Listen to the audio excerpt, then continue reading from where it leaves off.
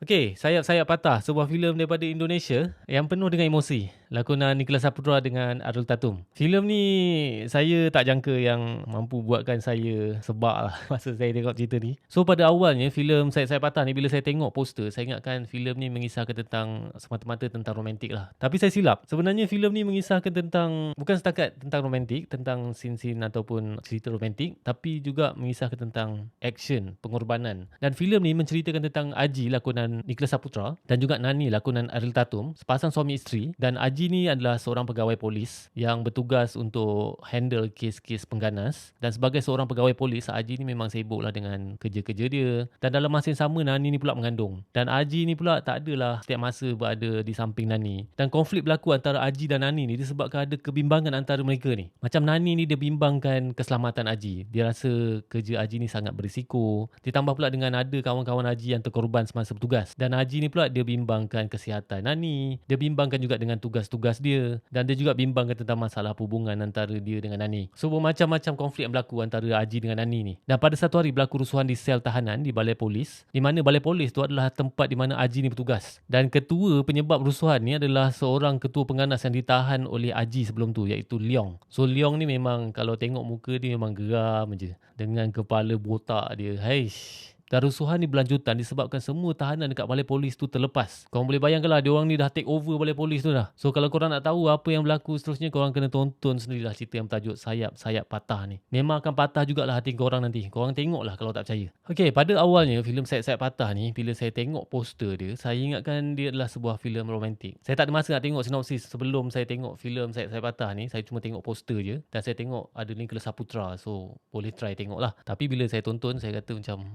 wow.